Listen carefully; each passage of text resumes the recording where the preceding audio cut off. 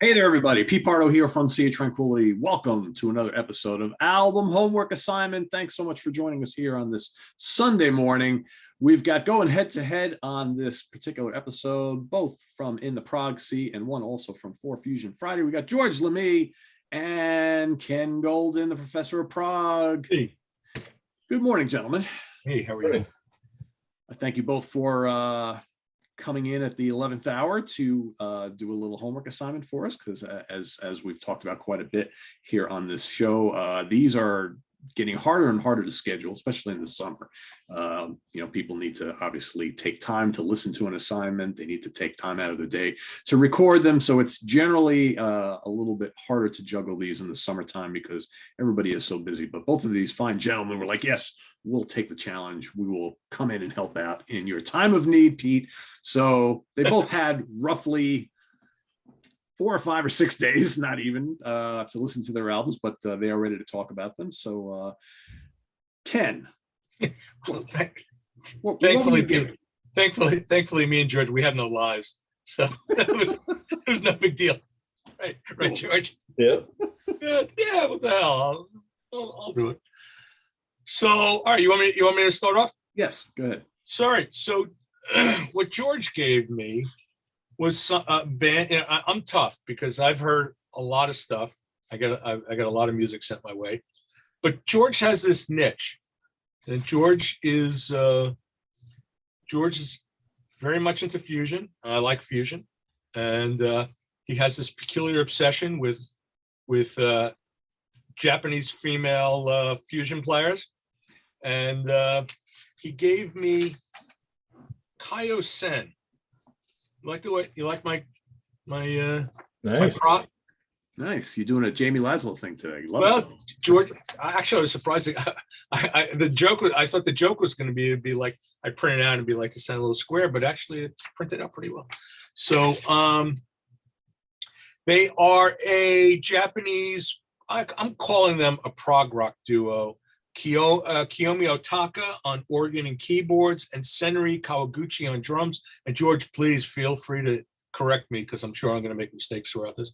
It's the 4th of 5 albums that they've done, 5 studio albums. Apparently, after this, they did 2 live albums, I believe. Yeah.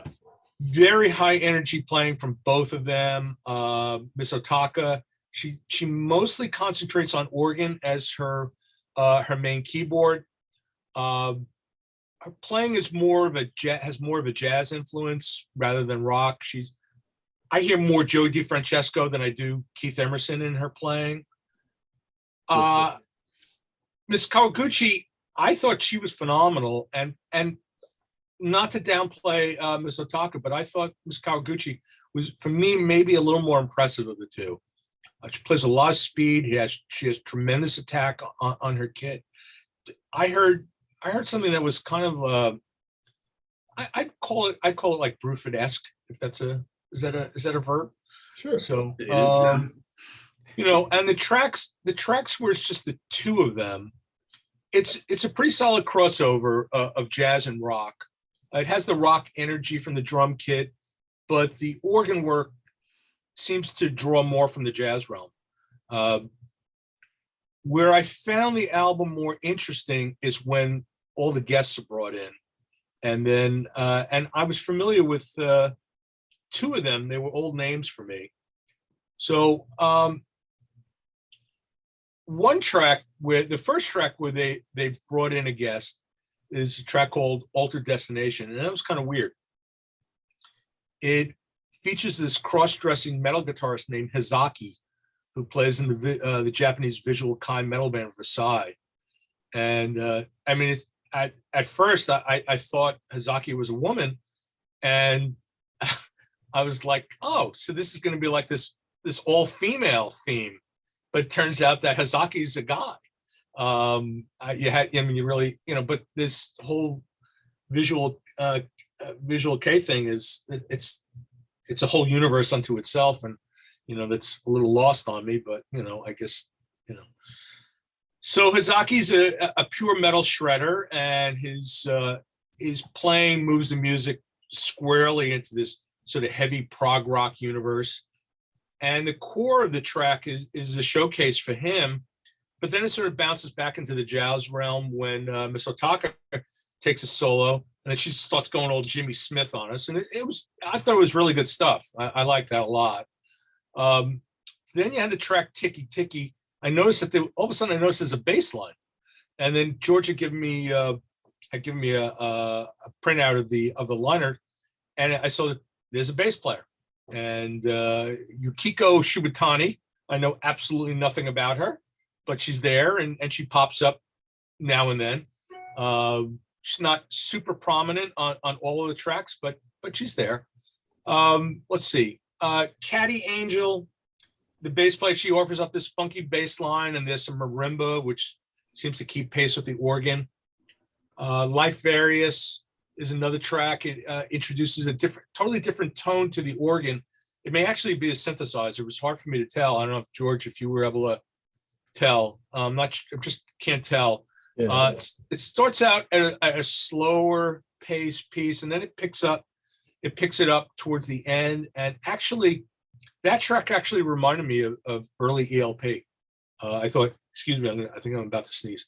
Her playing, I thought, was very much in the Keith Emerson realm on that track, and probably the only track on the album, really.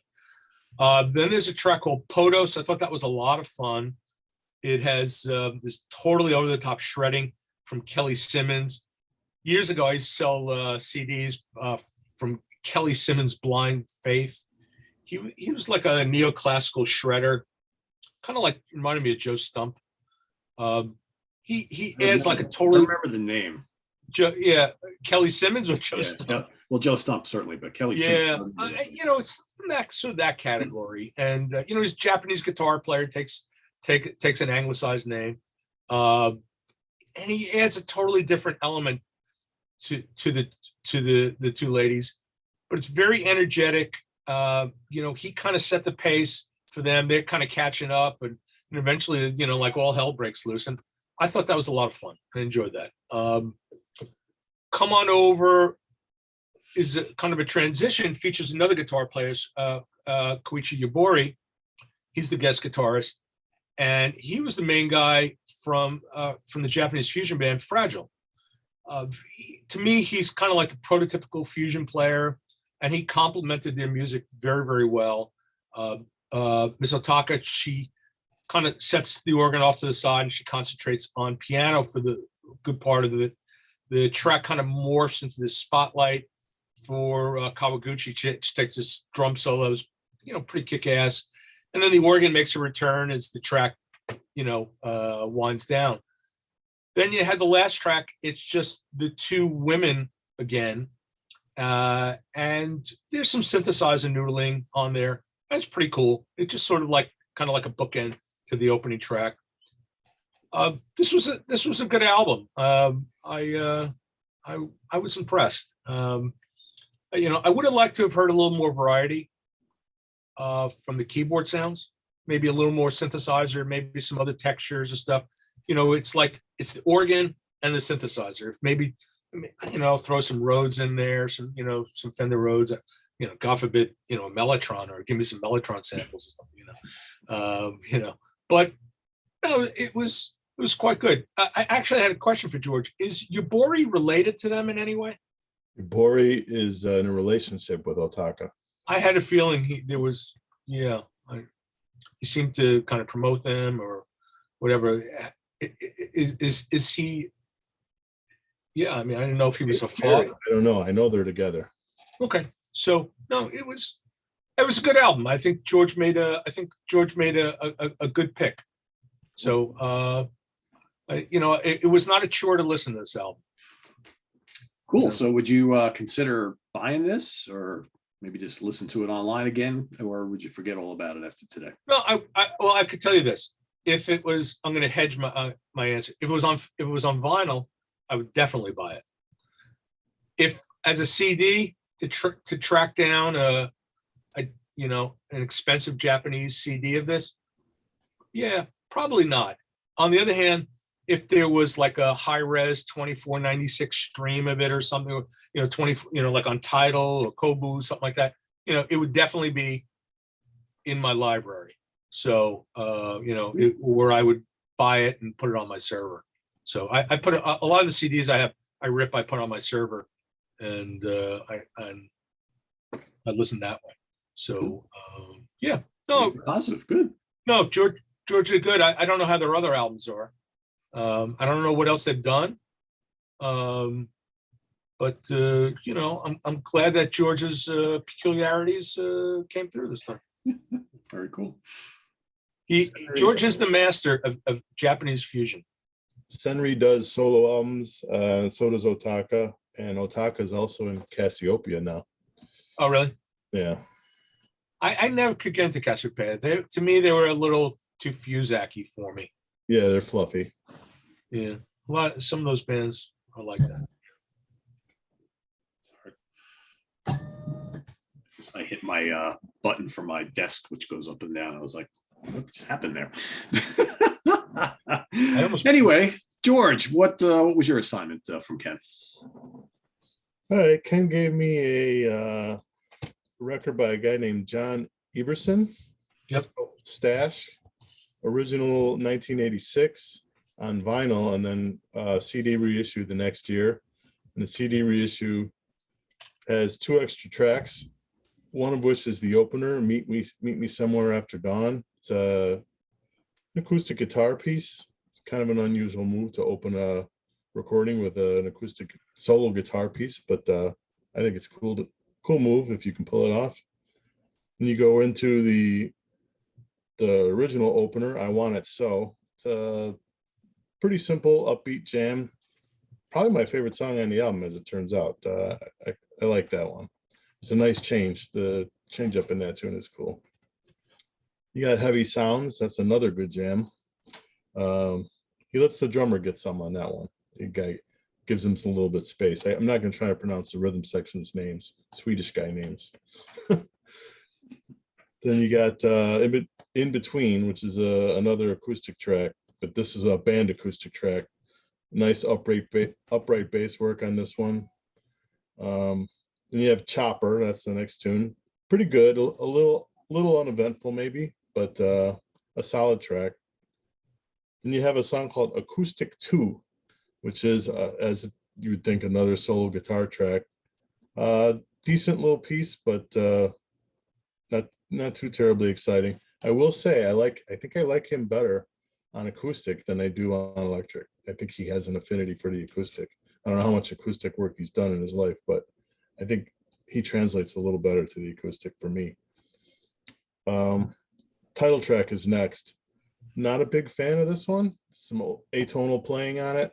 And it sounds like he just learned tapping like the week before the album came out. Is that same tapping riff, very basic tapping riff, Eddie Van Halen style. That gets a little bothersome, but not the worst song, but it does hurt my ears a little bit, that one. Then you got I'm Driving You Home 1 and 2. Pretty weird title. Probably my other favorite tune here, though. A lot of these songs are on the short side, a little underdeveloped, a lot in the 3 to 4 minute range. It's unusual for a fusion trio, but I think the production wise, this kind of reminds me of those 80s Connors albums, the Bill Connors ones. Got a lot of the same production sounds, not very similar in the writing, but production sounds bring that to mind for me.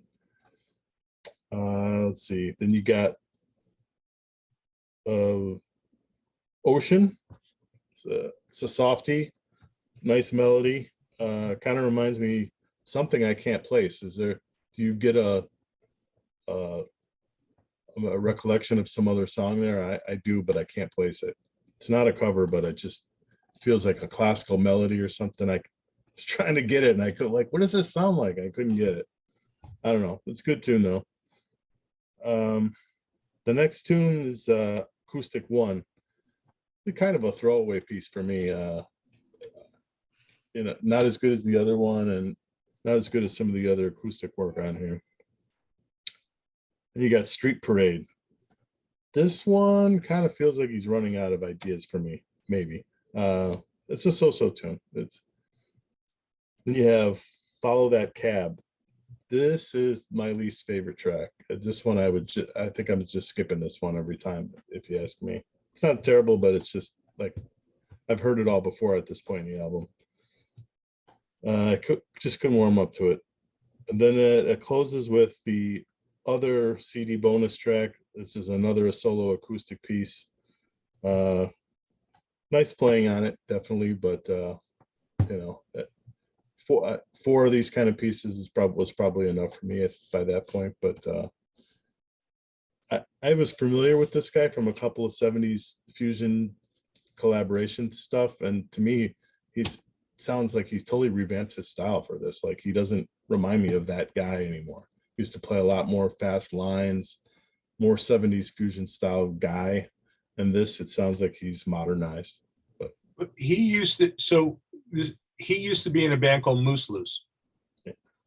So Moose Loose were very influenced by, Mahavishnu, the usual suspects, Mahavishnu Orchestra, Return to Forever was, very, very good fusion.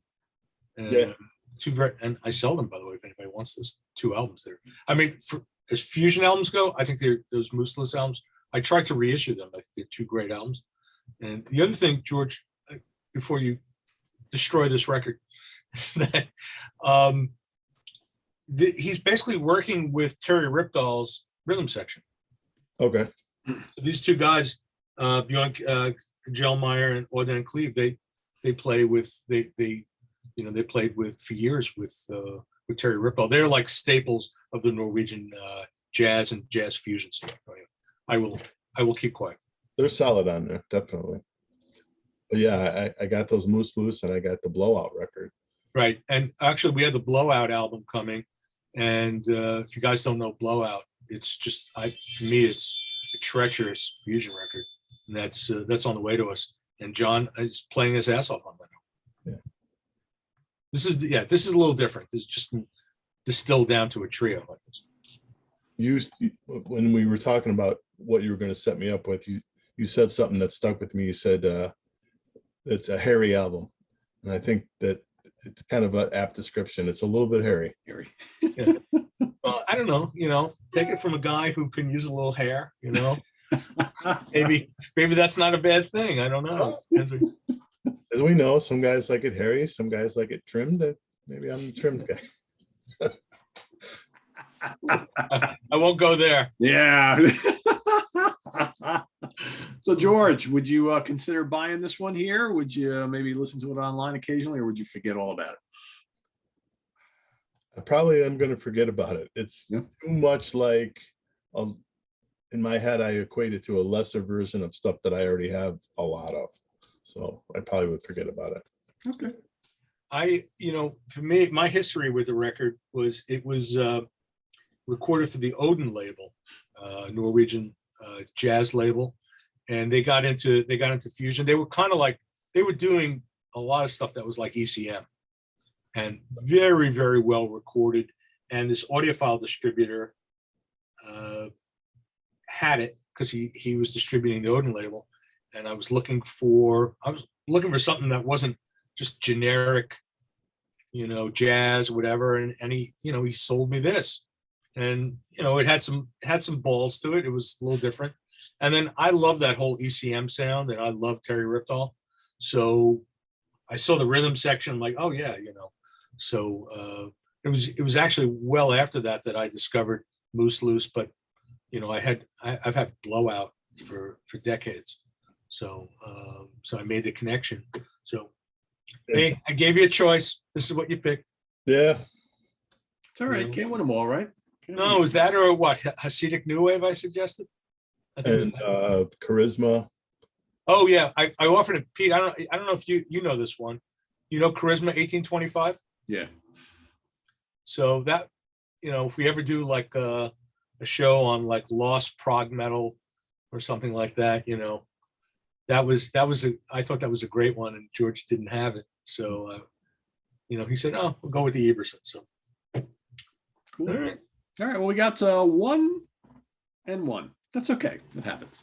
So, but I do want to thank both Ken and George for stepping up and taking their assignments this week. And for those watching, if you're familiar with either of these two albums, let us know what you think of them in the comments below, or take the assignment, go listen to them, and come and report back. So thanks for watching. Visit us on the web at www.seaoftranquility.org. We're on Facebook, we're on YouTube all together all the damn time. Also, make sure you check out lasercd.com, which is Ken's label and website. All sorts of great stuff on sale there. There you go. Sensory Records product right here. That's Yeah, right. there you go. That's Oh, that's right. Yeah. Yeah. Yep. So enjoy the rest of your Sunday, everybody. We'll see you tomorrow on the Hudson Valley Squares. For George Lamie and Ken Golden, I am Pete Pardo. Have a good one, guys. Bye-bye.